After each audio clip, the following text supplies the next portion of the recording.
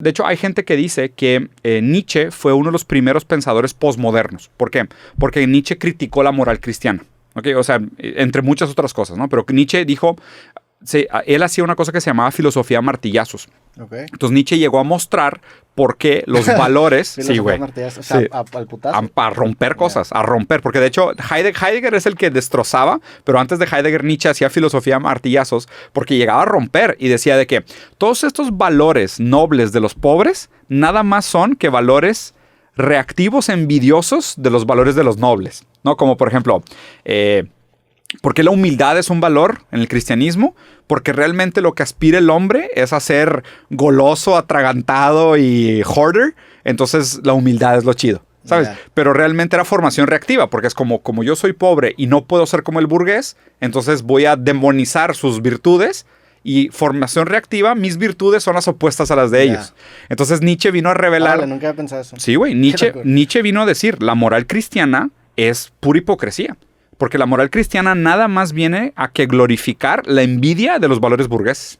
Entonces Nietzsche viene a partir eso, güey, a revelar cómo la moral cristiana nada más hacía que transformaba al hombre en un esclavo. Y de cierta manera también perpetúa el hecho de que se mantengan claro, porque lo glorifica. Porque está glorificado. Lo hace admirable, lo hace aspirable, güey.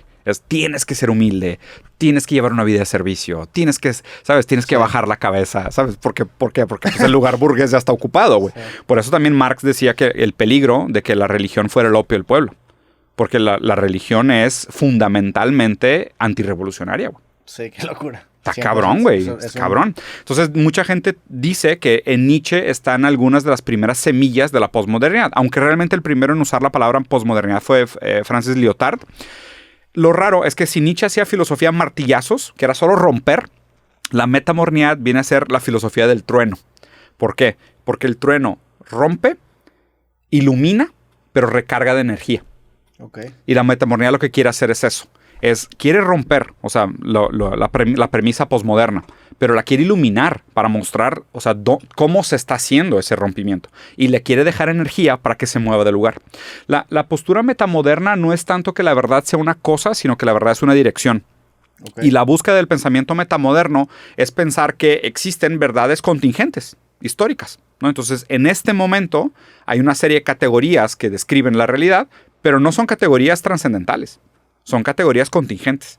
Entonces funcionan ahorita, pero no son eternas, no son universales. Deberíamos nosotros de tener la constante capacidad crítica de reformular nuestras categorías para explicar el mundo. Sí. Esa es la premisa metamoderna. El estar en constante cambio en la manera en la que categorizamos el mundo.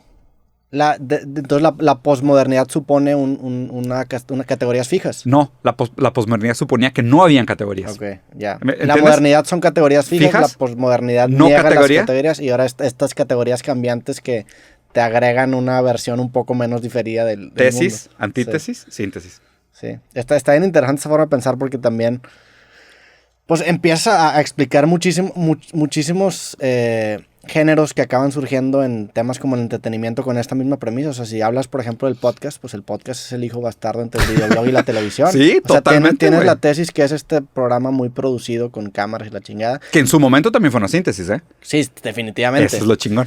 Llega esta antítesis que es el videoblog que genera un video muy... Nada scripted, todo real, mal producido. Y lo loco es que ni siquiera se genera por una decisión consciente, sino que es por las limitaciones que tenían las personas en ese momento, que no se pueden aprender guiones, que no tienen formación, que no saben reglas del cine, y se genera este formato, y ahora este podcast acaba sintetizando las dos partes, en el sentido de que no tenemos un estudio de televisión, pero pues tampoco es tan chilero, ¿verdad? O sea, tenemos un poquito más. Y sacas que seguramente inmediatamente en el momento que se transforma en síntesis, es la nueva tesis a ser superada. Y se podría argumentar que los videos TikTok de 6 segundos son la antítesis de estos videos podcast. De 2 horas. Qué hueva escuchar a esos dos pinches güeros privilegiados de ojo azul hablando de sus pinches mamadas, güey. Mejor voy a ver una latina, asiática, licuadora, albina, bailando 15 segundos y tan. Y luego se sintetiza, bueno, ¿sabes qué? Está bien, vamos a hacer este podcast, pero también vamos a sacar fragmentitos de 10, 15 segundos y sintetiza eso. Entonces empieza a describir todo. Pues empieza a darte cuenta que cómo cómo está condicionado la nueva No, invención del me humano, mama. ¿no? ¿Sabes este meme? No sé, a vos lo has visto. Hay un meme que están unos güeyes en una iglesia y un vato le está apuntando con una pistola atrás. Y luego como 5 filas atrás hay un güey con una ametralladora. Y luego arriba en el segundo piso hay un güey con un sniper. No lo he visto. ¿No lo has visto? Es una estructura de meme que está chingona, güey. Todo el mundo la conoce, güey. O sea, es de que, tipo, hay una persona así parada y atrás hay una persona con una pistola, ¿no? Y te dicen de que Hegel estaba correcto. Y el güey de atrás dice, Hegel estaba equivocado. Sí, lo he visto. Y luego hay un güey con una ametralladora atrás y dice, Hegel estaba correcto. Y luego hay un güey en el balcón que dice, Hegel estaba equivocado. Y luego hay de que un güey flotando en el espacio arriba de la Tierra que dice, Hegel estaba correcto. O sea, como que lo raro de todo esto es de que la gente que niega a Hegel le acaba dando la razón. Sí. O sea, en ese sentido, es bien raro. ¿Y por qué? Y regresa a esta necesidad que es creo todavía, y aquí sí es un creo porque no tengo ninguna teoría para explicarlo, creo que nuestro mínimo común de la racionalidad, de la capacidad racional, es la diferencia. Y es el porqué ahorita mi fijación y mi amor con la palabra diferencia, güey. O sea, es el mínimo, es la mínima condición para la intelectualidad del mundo. O sea, para la intelectuabilidad del mundo. O sea, para hacer el mundo inteligible, lo mínimo que tenemos que hacer es diferencia. Sí. Sin diferencia no hay nada.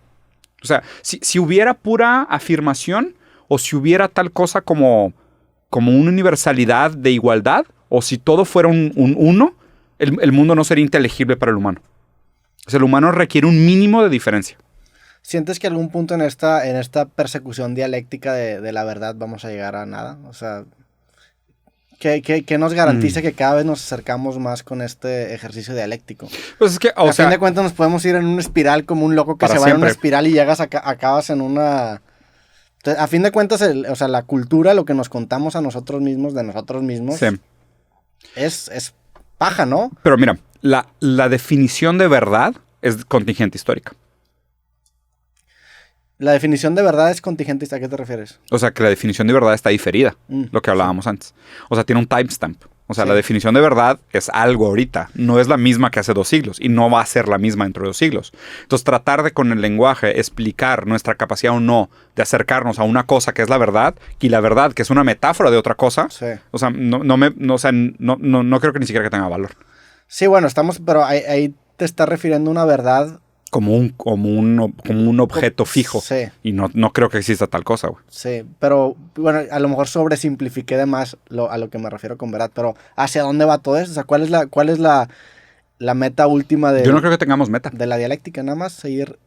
No, yo no creo que tengamos meta, sinceramente. O sea, a mí simplemente me parece que este proceso, como refleja un mínimo común denominador de la intelectibilidad del mundo, no es algo que tenga... O sea, no es algo objetivo. O sea, no es algo que sea un objetivo, sino que es una condición a priori de nuestra interpretación de la existencia. O sea, no es un bien, no es una meta, no es algo a lo que aspiramos. O sea, así somos. Pero, ¿cómo, o sea, entendiendo esto, cómo no desechar completamente el peso que tiene la cultura en la vida? O sea, cómo no decir... O sea, entiendo, imagínate que el día de mañana erradiquen a la humanidad y empiecen... otros seres humanos empiezan a habitar la Tierra. ¿Otros seres humanos o otros seres, punto? Otros seres humanos empiezan a habitar la Tierra. Imagínate que le da un flush a la memoria colectiva y empezamos culturalmente de cero. Seguramente acabaremos contándonos historias diferentes, pero que siguen los mismos patrones. Lo que decía Ricky Gervais. Entonces lo que realmente importa es esta estructura narrativa con la que nos contamos las historias y no tanto el contenido de nuestras historias. Mira, de hecho, o sea, esta es una de las cosas a las que, de hecho, Hegel hablaba de esto. Seguramente se acabaría respetando todo lo que dijimos de esta estructura binaria que tenemos de describir el mundo, la parte como un de mínimo. categorías. ¿Eso es lo que realmente importa entonces? Pues más que el contenido de la historia que nos contamos. ¿Importa para qué? Para entender lo que es, o sea, a lo que, no sé, es una gran pregunta, Justo, no sé. ¿importa para qué? Porque, o sea, ahí es donde para mí se desestructura tu pregunta. O sea, es a lo que yo voy que, o sea, no sabría cómo describírtelo en ese momento, pero creo yo que, pues a lo mejor sería un acercamiento muy, ¿cómo se dice? Metamodernista, o sea, que no solamente niegue la cultura, sino que intente conciliar los patrones en comunes entre las personas que siguen mucho la cultura y los que lo intentan negar. Sí. O sea, a fin de cuentas, estas estructuras narrativas que usamos para describir el mundo son características humanas. Sí, o sea, como que necesitamos darle estructura al mundo. Yo creo que sí. O sea, ahí te va. De hecho, Hegel describía el camino a la autoconciencia como la dialéctica. O sea, la única manera de que nosotros desarrollemos la autoconciencia, o sea, la conciencia pensándose a sí misma, es a través de la dialéctica. ¿Por qué? Porque tú en este proceso vas filtrando todo aquello que no es parte de la conciencia, todo aquello que son construcciones, sesgos, falacias narrativas, subjetividad, bla, bla, bla. O sea, y en el proceso del refinamiento de la autoconciencia, para llegar al punto donde la conciencia se conozca a sí mismo, y vamos a suponer, ¿no? El mínimo común denominador de la conciencia conociéndose a sí misma, es decir, y ve lo raro, es el contraste. Entonces la conciencia a lo mejor en algún momento va a llegar a conciencia de sí cuando quite todo aquello que no es conciencia en sí, sino que es algo más que no era conciencia. Sí. Era poder, era relación, era discurso, era lenguaje, era el orden simbólico, el orden imaginario. O sea, todo aquello que no era conciencia queda descartado en el flujo del refinamiento de la conciencia de sí en el proceso histórico. O sea, esa es la teoría hegeliana de la conciencia de sí a través de la dialéctica. Ese esqueleto acabarían siendo estos patrones que estamos... No tengo ni idea, güey. O sea, no decir estos patrones, pero sería un patrón. Podría ser. Y ¿sí? a fin de cuentas todo lo demás sería ruido. Todo lo demás sería ruido. Sí. O sea, todo lo demás lo descartarías como, es que esto no es conciencia de sí. Esto es otra cosa. Sí. O sea, a mí me llama mucho la atención, otra vez regresando al tema de la programación, por ejemplo, este proceso de boot que tienen las computadoras. ¿Cómo funciona? El boot es... tú cuando tienes una computadora prendida, a lo mejor puedes tener abierto Word y tienes un documento en donde tú estás escribiendo. Si la computadora el día de mañana se queda sin luz y se apaga, cuando se prende, solamente los mecanismos más importantes para el funcionamiento de la computadora van a acabar booteándose. Por eso se llama boot porque es cuando el vaquero se pone las botas. Ya. Es lo primero. Sí, es como una metáfora que hicieron ahí. Entonces para mí este ruido acaba siendo tu documento de Word, que no importa, o sea, a fin de cuentas puedes escribir la historia que tú quieras el día de mañana si se borra la computadora. Claro, pero necesitas el sistema 32. Sí, entonces el sistema operativo acaba siendo estas estructuras que hacen que el binario. Sí. El binario. Que la computadora o sea, que yo mi premisa, y aquí sí me la estoy súper mega mamando, a lo mejor estoy diciendo una súper pendejada, pero según yo, el mínimo común denominador es el binario. O sea, es el binario en el sentido del contraste. O sea, la diferencia mínima. Porque si no hay diferencia mínima, no hay percepción de mundo. Claro. O sea, tiene que haber por lo menos una mínima diferencia perceptible para que tú percibas cualquier experiencia. Sí, para que tú delimites cualquier cosa y puedas construir. O sea, aún el estímulo. O sea, el estímulo es diferencia. O sea, es diferencia sensorial. O sea, es de no estímulo a estímulo. O sea, la mínima cosa que tiene que existir para una experiencia de mundo inteligible es el contraste.